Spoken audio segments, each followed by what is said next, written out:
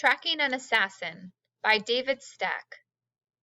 The 12-day-long manhunt for assassin John Wilkes Booth took Union soldiers on a wild chase from Washington, D.C., through Maryland and into Virginia.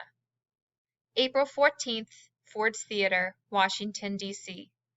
President Lincoln and his wife watched a play with Major Henry Rathbone and Clara Harris. A man sneaks up behind Lincoln, draws his pistol, and shoots. Chaos erupts as the shooter flees the theater. "Will no one stop that man?" shout Rathbone. The mortally wounded president is taken to the Petersen House nearby. April 15th, Petersen House, Washington, D.C.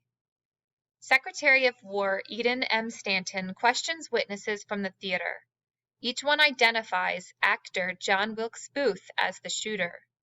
Stanton orders police officers and Union soldiers to guard bridges and search trains to find Booth. At 7:22 a.m., Lincoln dies. "Now he belongs to the ages," Stanton declares.